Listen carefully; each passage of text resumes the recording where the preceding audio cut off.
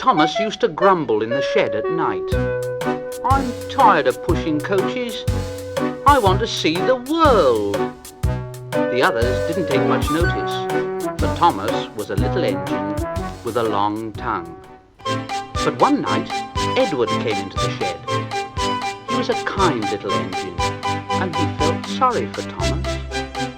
"Thomas, I've got some trucks to take home tomorrow. If you take them instead, I'll push the coaches to the yard." Thomas was delighted. "Thank you, Edward. That will be nice." So they asked their drivers next day if they could change, and the drivers said, "Well, yes." And Thomas ran off happily to find the trucks. Now trucks are silly and noisy. They talk a lot and don't attend to what they're doing. They don't listen to their engine, and when he stops, they bump into each other screaming, and I'm sorry to say, they played tricks on an engine who's not used to them. Edward knew all about trucks, and he warned Thomas to be careful, but Thomas was too excited to listen.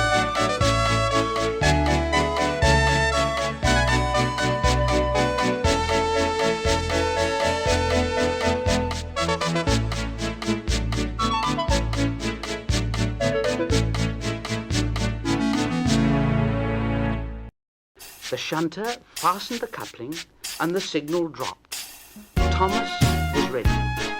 The guard blew his whistle. Thomas answered and started off. But the trucks weren't ready. "Oh, wait, Thomas, wait!" But Thomas wouldn't wait. Come on, and the trucks grumbled slowly out of the siding onto the main line.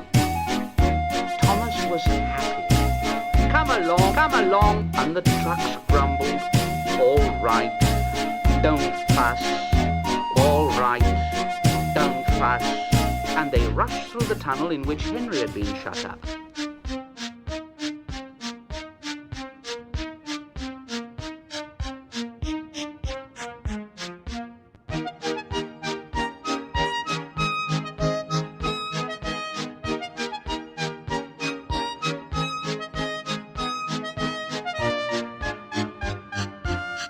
Then they came to the top of the hill where Gordon had stuck, and Thomas's driver said, "Steady now, Thomas, steady."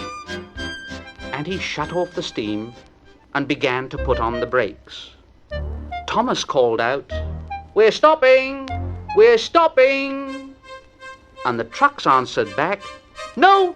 And they bumped into each other. "Go on!"